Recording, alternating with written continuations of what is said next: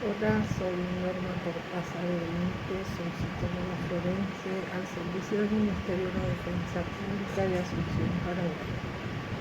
Antes de entrar en el tema que hoy me trae en esta videoconferencia, quiero hablarles un poquito de cómo es Paraguay, cómo es mi país. Paraguay, oficialmente llamada República del Paraguay, es un país de América situado en la zona central de América del Sur. Su territorio está dividido políticamente en 17 departamentos y un distrito capital que es Asunción. Limita con Argentina al sureste, sur y suroeste, con Bolivia al norte y con Brasil al este. Es el quinto país más pequeño y el cuarto menos poblado de América del Sur. Su territorio está caracterizado porque consta de dos regiones que están separadas por el río Paraguay. La región oriental, que es la más poblada, y la occidental, que forma parte del Chaco Boreal.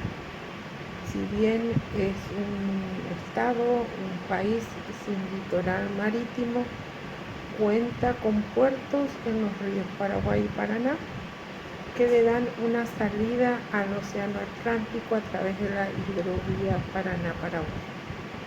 Su población es de 6.877.767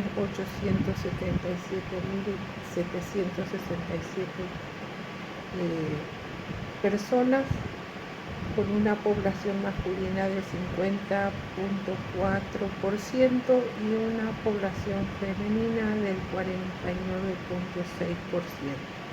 Como verán, es un país donde hay más varones que mujeres. Si bien esa brecha se fue acortando, en décadas anteriores esa brecha era más grande, casi mucho más varones que mujeres. Ahora esa brecha se está cortando. Es un país bilingüe en el cual se habla el castellano y el idioma guaraní. Su bandera tiene 3 franjas de igual tamaño. En la parte superior el rojo, en la parte media el blanco y en la parte inferior el azul. En el escudo está el gorro frigio, tiene un león y dice paz y justicia. Y en el reverso de la bandera tiene la palma y el olivo. En su dulce idioma guaraní, Piropaiku significa te quiero, Leporá sos linda, Imba Eyapa, ¿cómo estás? Luego de compartir brevemente algunas características de mi país, ahora quiero presentarme.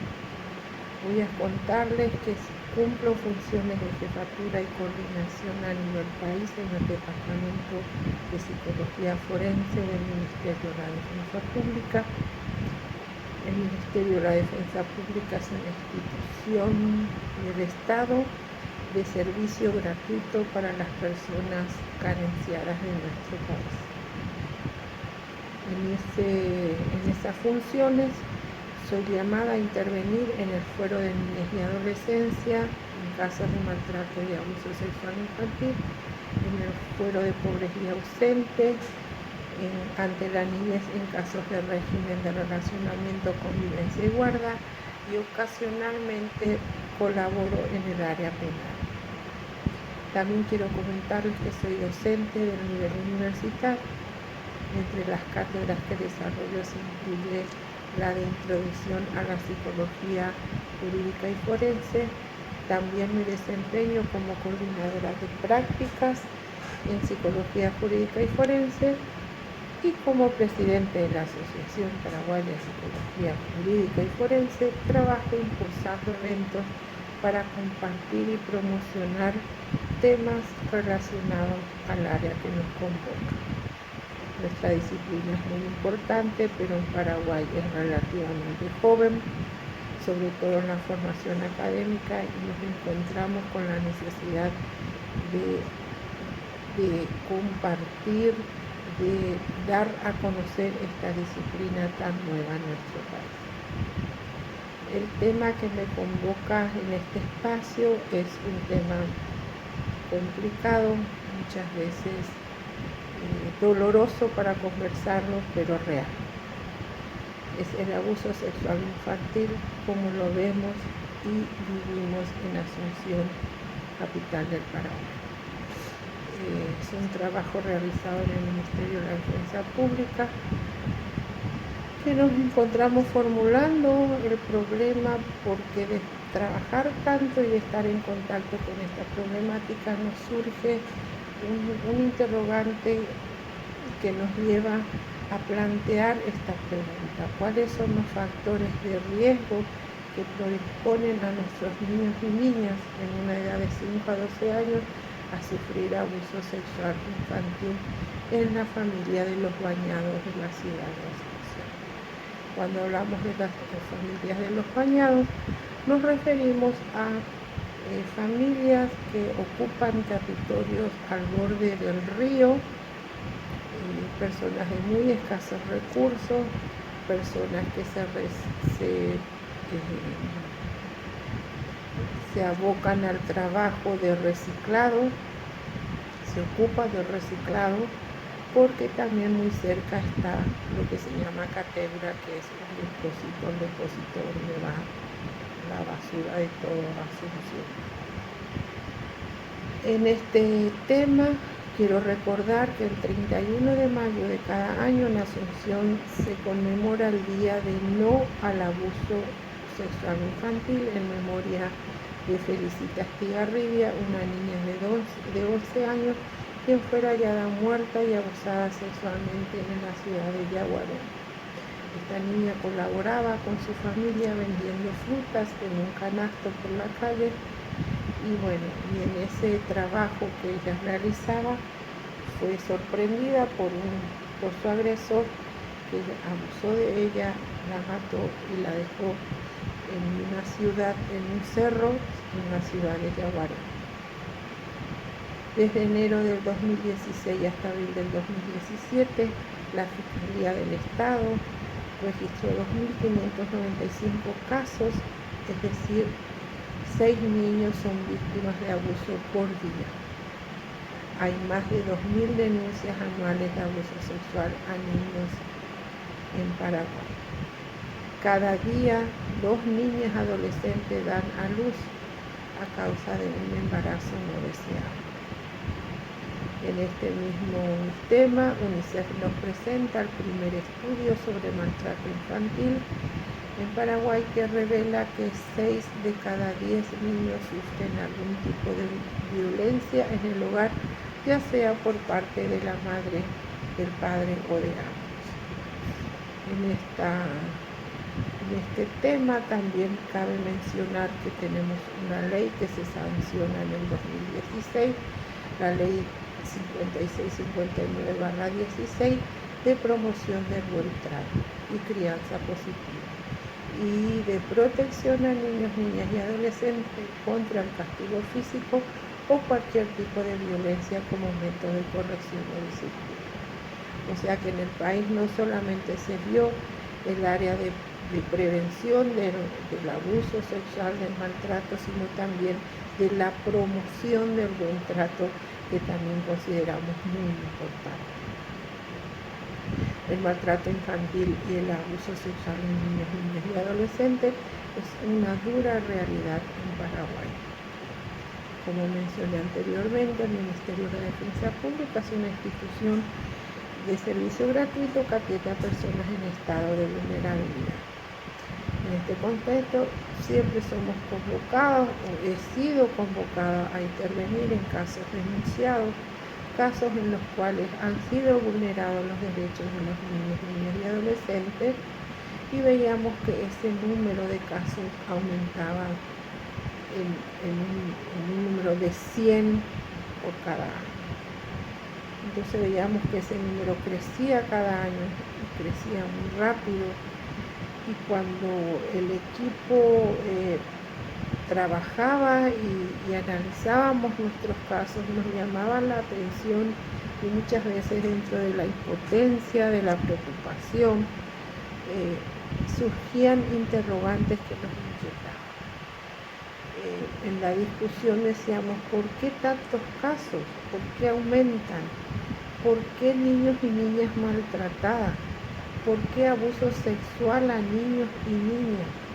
¿Y qué es principalmente lo que hace que estén expuestos a sufrir el abuso sexual infantil? Y muchas otras preguntas. En nuestro país la prensa permanentemente nos conmociona con noticias y cifras alarmantes. O sea, que no éramos solamente nosotros los que veíamos que este número aumentaba, sino que dentro de nuestra institución, sino que veíamos también que a nivel país la prensa siempre estaba ¿cómo se dice?, dando a conocer cifras muy altas. El compromiso que tiene la sociedad con la niñez y la adolescencia se concentra principalmente en la ley 1680/01, que es el Código de la Niñez y la Adolescencia, apoyada por otras, ¿verdad? Y en su artículo 1 y en los otros siguientes habla del objeto de este código y establece y que regula los derechos, garantías y deberes del niño y del adolescente conforme a lo dispuesto en la Constitución Nacional. Habla de la Convención sobre los Derechos del Niño, los instrumentos internacionales sobre la protección de los derechos humanos aprobados y ratificados por el Paraguay y la Argentina. Uno de los puntos más importantes que nosotros veíamos y analizábamos y conversando con los abogados y defensores de los niños, decíamos que uno de los objetos más importantes es dejar de ver al niño como un objeto para considerarlo como sujeto de derecho. Y por otro lado, dejar de normalizar la violencia o el maltrato apoyándonos en algo asumido y algo que todas las mamás suelen decir. Yo le corrijo nomás a mi hijo, yo le educo nomás, yo lo disciplino nomás, aceptando de esta manera cualquier tipo de maltrato como una forma de aprender a ser mejor persona.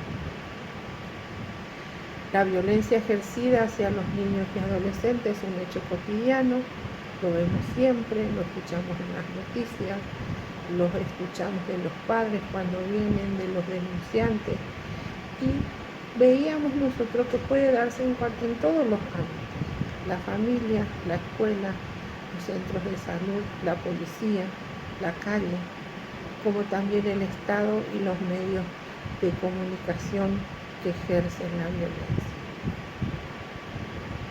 Toda vivencia de violencia provoca daños físicos y emocionales. Pueden presentar sentimientos de ansiedad, sentirse inseguros, inútiles, culpables. Pueden sentir miedo, vergüenza y pueden llegar a tener efectos devastadores a corto y a largo plazo. Recordemos que las experiencias vividas por nuestros niños en los primeros años de vida forman parte de su personalidad adulta. Es decir, que no solo en la niñez pueden presentar problemas emocionales, sino también en la adultez, convirtiéndose estos adultos en un eslabón más en la cadena de la violencia. Es muy difícil desaprender lo que aprendemos mal. Coincidiendo en muchos casos, se dice que el maltrato es toda acción que va en contra de un adecuado desarrollo físico, cognitivo y emocional del niño, cometida por personas e instituciones, inclusive la propia sociedad, que consiste en maltrato psicológico o abuso sexual, entre otros. Sabemos que hay muchos tipos de maltrato, pero también la misma sociedad, en su descuido, muchas veces llega a perpetrar el maltrato psicológico y en otros casos nuestros adultos el abuso sexual. Si bien existen avances en las normativas nacionales e internacionales firmadas y ratificadas en Paraguay, el desafío está en las rutas de intervención, qué caminos estamos tomando, cuáles son nuestras acciones, las personas involucradas, viendo de que si todos tenemos la misma formación o la mejor formación para intervenir en estos casos, el sostenimiento de los programas que se elaboran y los proyectos para la prevención y la atención de casos de maltrato a la niñez paraguaya. La protección no debe ser un hecho casual, o sea, no podemos proteger un momento, en ese momento cuando se produce el daño, cuando está la denuncia, sino que la protección debe ser un acto intencionado y sostenido que pueda prever para tener las respuestas oportunas en los momentos oportunos, es decir, actuar competentemente cuando somos llamados. Pero lo más importante es la previsión de una forma de prevenir, una forma de proteger, es informando a la población con el manejo adecuado de la misma, manteniendo la confidencialidad y el respeto a la privacidad del niño y su familia. Promover el buen trato es una de las formas de prevención.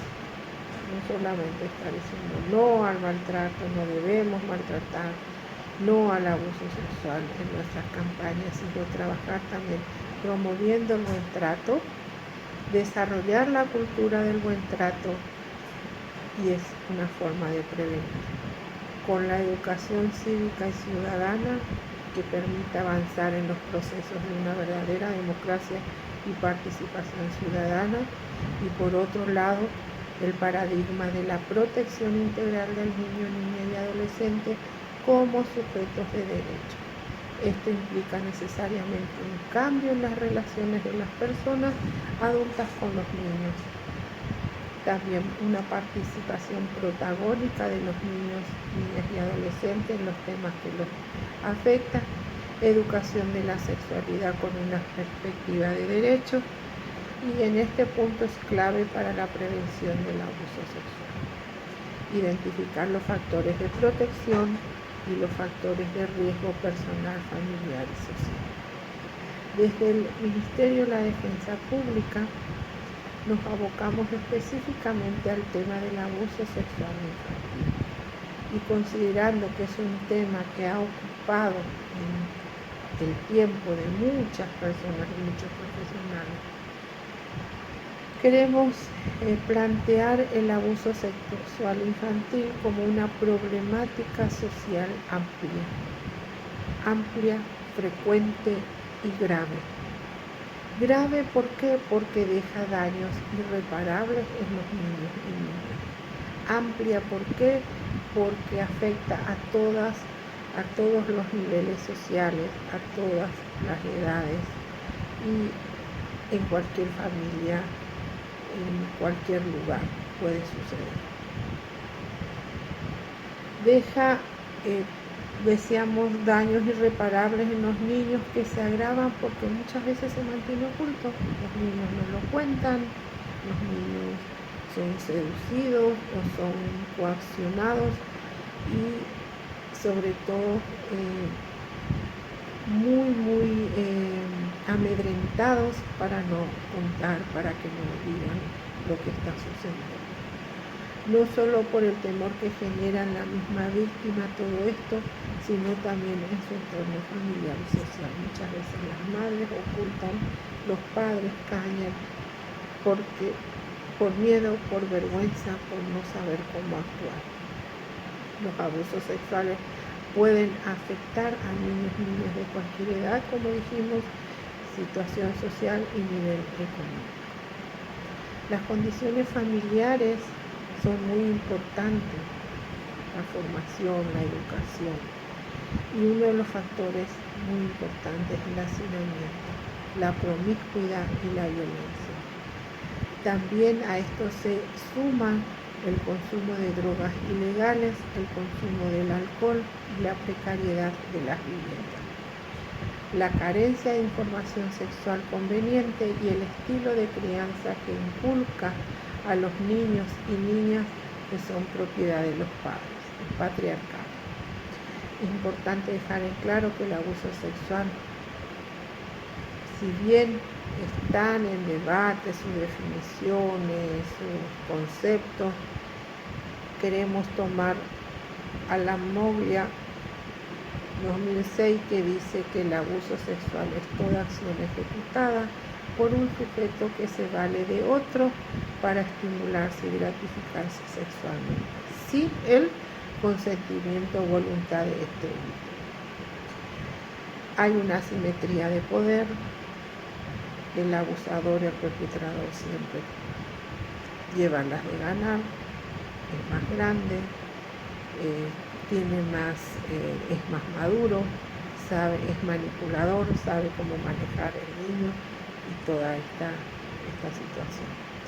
La relación de explotación sexual se articula bajo la lógica de un poder abusivo, donde el sujeto explotador impone su voluntad sobre otro individuo mediante el engaño o la violencia, a través de mecanismos de convencimiento o mediante el simple uso de servicios ofrecidos bajo un manto aparente de libre albedrío, negando sus derechos fundamentales.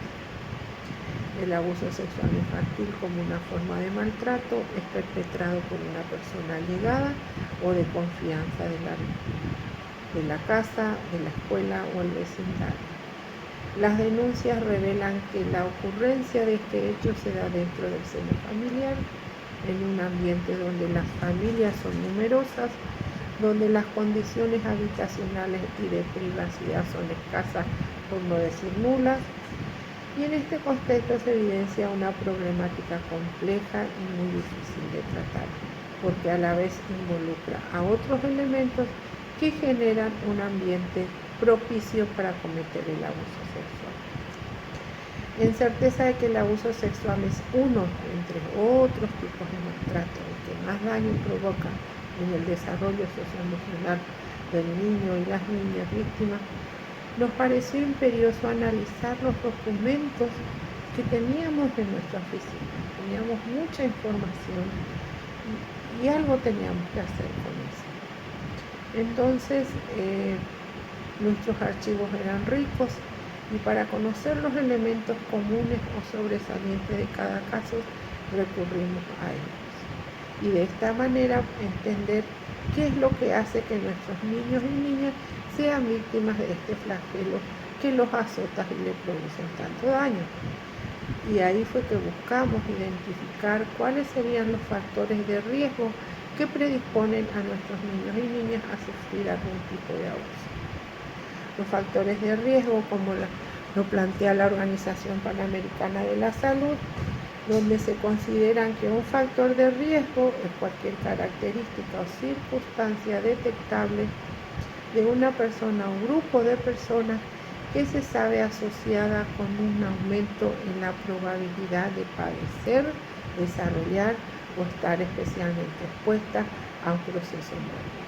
Esto podemos ampliar nuestra lectura en el libro de Arce y otros en 1993, su edición 1993. Los factores personales hacen referencia a la disposición interior de la persona, su estado de ánimo, pensamientos y emociones. También vemos como ejemplo el consumo del alcohol u otras sustancias desinhibidoras que tienen lugar como factor de riesgo también muy frecuente. Se considera también como factores de riesgo interno los déficits en las habilidades sociales, que es muy común en nuestros niños, ¿verdad? Y en nuestros adultos perpetradores. Los factores de riesgo planteados por la Organización Panamericana de la Salud son biológicos, ambientales, de comportamiento relacionados con la atención a la salud social, cultural y económica. Cuando yo planteaba el déficit en las habilidades sociales de los niños es justamente por la inmadurez socioemocional que ellos presentan y su incapacidad de poder defenderse. Los factores de riesgo planteados, decíamos, por la Organización Panamericana de la Salud son biológicos, ambientales, de comportamiento, relacionados con la atención a la salud social, cultural y económica. Este también lo dice Arce y otros en su manual, en su edición 1993. Antes de seguir, queremos definir lo que es el delito sexual y según la Organización Mundial de la Salud define como todo acto sexual la tentativa de consumar un acto sexual, los comentarios o insinuaciones sexuales no deseados o las acciones para comercializar o utilizar de cualquier otro modo la sexualidad de una persona utilizando la coacción por otra persona, independientemente de la relación de esta con la víctima en cualquier ámbito, incluido el hogar y el lugar de trabajo. Y esto lo dice en su informe de violencia sexual de la OMS en el año 2009.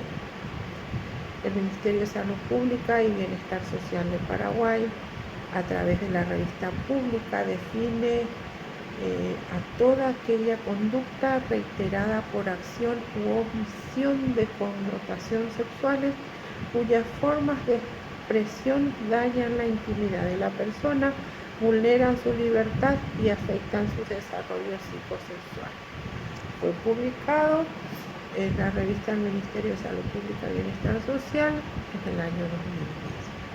Posteriormente, dentro de la legislación paraguaya, en el marco penal se entiende por delito sexual a la conducta que castiga aquellos hechos punibles que atenten contra la libertad sexual, siendo el bien jurídico la facultad de decidir que cada individuo tiene sobre la realización o tolerancia de sus funciones de la libido, conforme a su personal valoración de la facultad de repeler actos de injerencia extraña o supuestos de intimidación o fuerza que puedan comprometer su instinto, capacidad sexual, que ponga en entredicho el libre ejercicio de su sexualidad. La libertad sexual es inmanente al ser humano para autodeterminarse y dirigir su vida sexual en íntima relación con su propia dignidad. Esto lo podemos leer en los apuntes de Derecho Penal en un apartado especial escrito por el doctor Oscar Rodríguez Kennedy en el año 2010. Dentro del marco legal tenemos el artículo 60 de la protección contra la violencia, donde dice que el Estado promoverá políticas que tengan por objeto evitar la violencia en el ámbito familiar y otras causas destructoras de su solidaridad. La Convención Internacional por los Derechos del Niño y Niña, adoptada por la Asamblea General de las Naciones Unidas del 20 de noviembre de 1989 y ratificada por Paraguay mediante Ley 57/90, promulgada el 20 de septiembre de 1990. En la Ley 1680 y en su del Código de la Niñez y Adolescencia, en el artículo 4 habla de la responsabilidad subsidiaria. Los padres biológicos y adoptivos o quienes tengan niños y adolescentes bajo su guarda, custodia y las demás personas mencionadas en el artículo 258 del Código Civil tienen la obligación de garantizar al niño o adolescente su desarrollo armónico e integral y a protegerlo contra el abandono, la desnutrición, la violencia, el abuso y la explotación. Cuando esta obligación no fuere cumplida, el Estado está obligado a cumplirla subsidiariamente. Cualquier persona puede requerir a la autoridad competente que exija a los obligados principales y al Estado el cumplimiento de sus obligaciones. Luego tenemos el artículo 128 del Código Procesal Penal, que habla de la coacción sexual y la violación. Después habla de los hechos punibles contra menores, también el Código Procesal Penal, el artículo 184, maltrato a menores. El encargado de la educación, tutela o guarda de un menor de 16 años que sometiera a este a dolores psíquicos considerables le maltratara grave y repetidamente o le lesionara en su salud, será castigado con pena privativa de libertad de hasta 2 años o con multa, salvo que el hecho sea punible con arreglo al artículo 111. En el 135 habla del abuso sexual en niños, el 136 de abuso sexual en personas bajo tutela. Hablemos un poco de la agresión sexual en la infancia. A nivel internacional, Marshall y Marshall en el 2002 añaden al conjunto de experiencias relevantes para comprender la etiología de la violencia sexual: el haber sufrido abusos sexuales en la infancia.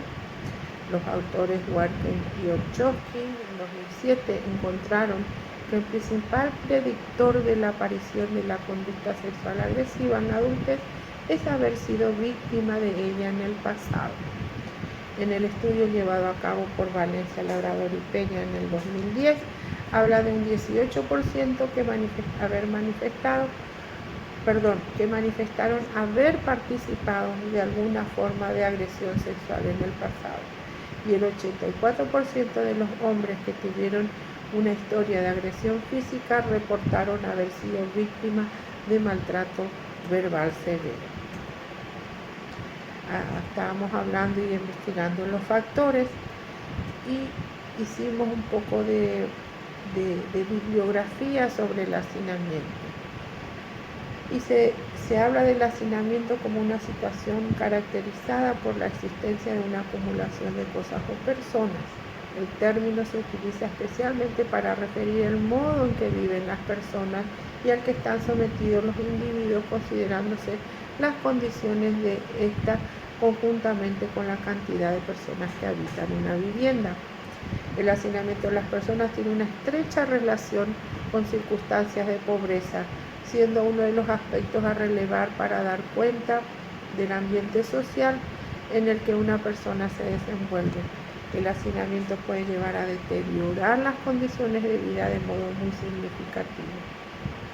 Otro concepto que nos aclara este término es el que se conoce como hacinamiento: la acumulación de muchas personas en un espacio reducido utilizado como vivienda. Se produce cuando en un núcleo urbano la población crece en mayor medida que el parque de viviendas disponible. Por lo tanto, en bastantes ocasiones este término se emplea si el número de habitantes por vivienda o habitación supera un umbral determinado. El hacinamiento traduce las condiciones de pobreza en las que viven o han vivido importantes capas de la población en las ciudades y se asocia a la presencia de un hábitat urbano degradado y a la sobredensificación de algunos barrios de sectores urbanos. Desde la concepción, el espacio es el elemento básico de la vivienda para la defensa de la persona, el curso de las relaciones y para el buen curso de las relaciones entre sus habitantes. Los criterios para establecer una situación de hacinamiento varían según los diferentes países y los consideran, por ejemplo, Lywin lo considera sobre 2 personas por pieza, ya él considera como hacinamiento. Triana establece con 3 personas por pieza o 4 personas por 1 o 2 piezas. Chile en su censo 1970 lo establece como 4 personas por 1 pieza y con 6 personas por 2 piezas. 6 o más personas por 2 piezas. El Instituto de Economía de la Universidad Católica de Chile en 1975 lo establece en 4 personas o más por pieza. El hacinamiento también se da en otros niveles, ¿verdad? Personas por cama, personas por pieza, personas por vivienda, viviendas por terreno.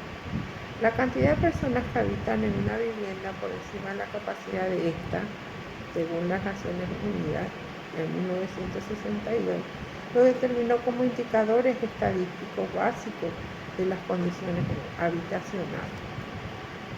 El porcentaje de viviendas privadas y ocupadas a razón de 3 o más personas por cuarto lo que permite medir el grado de hacinamiento excesivo.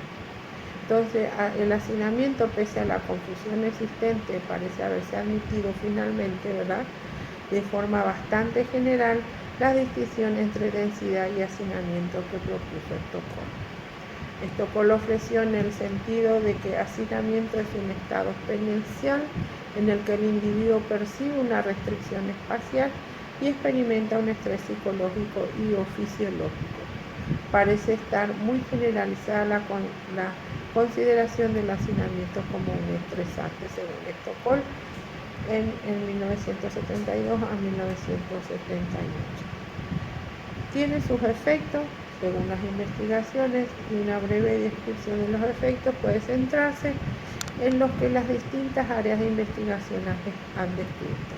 Nos referimos a los estudios con animales, en laboratorio y estudios sociológicos de tipo correlacional que se han hecho referente al hacinamiento y a los estudios en humanos. Los efectos que se narran en los estudios sociológicos solo podemos tomarlos como indicio de su posibilidad, habida cuenta de las críticas metodológicas tan severas que ha recibido. Y podemos repetir que su característica principal es su carácter negativo y patológico. Los estudios en humanos también tienen como tónica general la consideración de los efectos negativos, con las más conocidas posiciones Pertinax de Friedman en 1975. ¿Cuáles son las consecuencias del hacinamiento familiar? Es que puede provocar daños a la salud como enfermedades físicas o mentales y alteraciones en el desarrollo de la personalidad. Vivir en espacios pequeños incrementa el estrés y reduce las defensas naturales de la gente, debido a que las personas se estorban entre sí y las condiciones económicas han propiciado en cierta parte el hacinamiento, donde ninguno de sus integrantes forma parte de la población ocupada. El fenómeno del hacinamiento es muy problemático y creo que se da en muchos países, no solamente en Paraguay, ya que significa que muchas personas viven en malas condiciones de hábitat y que estos problemas pueden fácilmente permitir la circulación de enfermedades, de violencia, de delincuencia, de agresividad y de muchos conflictos. ¿Cuáles serían las causas del hacinamiento familiar? La falta de inversión privada y pública, la falta de fuentes de empleo y la falta de planificación familiar. Bueno, en este tema nosotros seguíamos con nuestra investigación y hicimos el estudio de los documentales existentes en la oficina y fue un estudio no experimental, pues no se manipulaban las variables investigadas.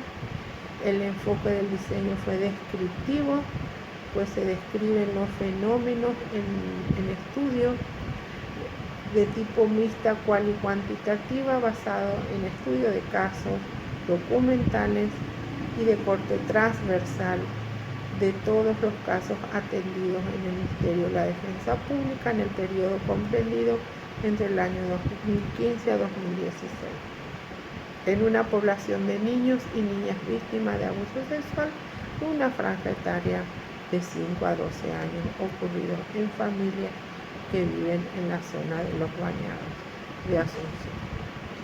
Como dije, se trabajaron con documentos de archivos existentes en las oficinas de psicología forense y trabajo social del Ministerio de la Defensa Pública. El tiempo se realizó este trabajo entre los meses de septiembre, octubre, noviembre y diciembre del 2016 en las dependencias del Ministerio de la Defensa Pública en el Departamento de Psicología de Asunción.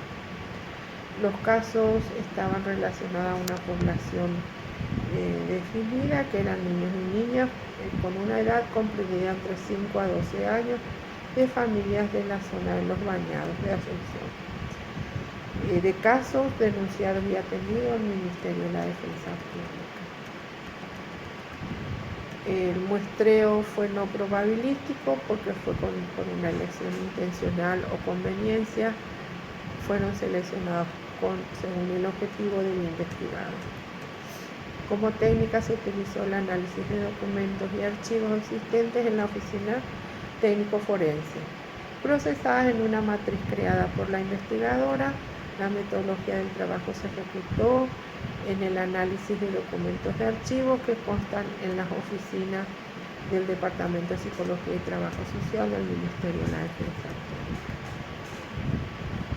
Los datos fueron procesados de forma manual con una matriz creada por la investigadora y presentada en porcentaje,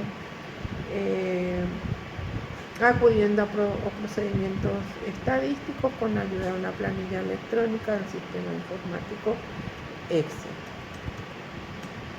Bueno, en el presente estudio se pretendió identificar los factores que predisponen a niños y niñas a sufrir abuso sexual, identificando como factor principal al hacinamiento como un factor de riesgo predisponente, pero no determinante. De esta manera se destaca que el 53% de los casos estudiados en las viviendas cuentan con una sola habitación y el 43% con 2 habitaciones. De estos, el 87% utiliza una sola habitación para dormir, lo cual concuerda con el trabajo de investigación realizado por ASPEN, Asociación de Países Emergentes en Perú, en el 2004, en el que concluyen que el hecho de que los menores compartan las habitaciones y hasta las camas con los adultos es un factor que los hace vulnerables al abuso sexual. Dentro de esta misma investigación, Chinarnillas en 2011 aportó que el 42% de las familias viven en situación de hacinamiento. Del mismo modo, Beatriz Elena Zucardi en 2004, en Chile 2004, en su investigación menciona que el hacinamiento es un problema porque las violaciones se registran en lugares donde los papás duermen con sus hijos y hasta comparten la cama. Esto se relaciona con otros datos obtenidos en la presente investigación que arroja un 50% en situación de colecho, es decir, que niños y niñas comparten la cama. Otro dato relevante encontrado es el consumo de sustancias, ya que se evidencian que la gran mayoría consumen algún tipo de bebidas alcohólicas y o drogas dentro de la vivienda, correlacionándose también con los datos de la investigación Elena Zucardi en 2004, la cual mencionaba además que los hechos de abuso sexual se dan principalmente en hogares en los que se consume alcohol y drogas. Tomando el objetivo trazado para la siguiente investigación, que fue el de determinar los factores que exponen al abuso sexual a niños y niñas en una edad comprendida entre 5 y 12 años, y por otra parte, analizando el alcance de los mismos y considerando el objetivo específico, que era identificar los factores de riesgo que exponen a los niños y niñas a ser víctimas, los resultados que nos arrojaron después de este trabajo fueron, en esta investigación, fueron el de brindan una descripción pormenorizada de los factores que predisponen al abuso sexual infantil. O sea, hemos logrado nuestro objetivo y nuestros objetivos se cumplieron analizando todos esos documentos y en consonancia con investigaciones internacionales. El estudio y análisis de los casos nos ayudó a conocer e identificar los factores de riesgo y a determinar que el hacinamiento es un factor no determinante, pero sí predisponente a sufrir abuso sexual infantil. Se evidenció un número elevado de niños que residen en viviendas con dificultades constructivas, cumpliendo con el objetivo propuesto en esta investigación, pero que deja abierta la posibilidad de ampliar la cantidad de casos a ser estudiados y relacionarlos con otros factores predisponentes. Ahora, también es importante aclarar o decir también que no solamente se han encontrado el hacinamiento, sino que dentro el hacinamiento es un factor de riesgo, pero que también hemos encontrado el consumo de alcohol, el consumo de drogas y la violencia intrafamiliar. Bueno, este es un tema que me pareció muy lindo compartir para desempolvar y rememorar de entre nuestras tantas lecturas sobre el tema algunos puntos importantes y poder compartir un trabajo que hemos realizado aquí en Asunción desde el Ministerio de la Defensa Pública con esta servidora que intentando dar respuestas a tantos interrogantes y tantas preocupaciones. Muchas gracias y quedo atenta y a las órdenes para lo que ustedes crean conveniente.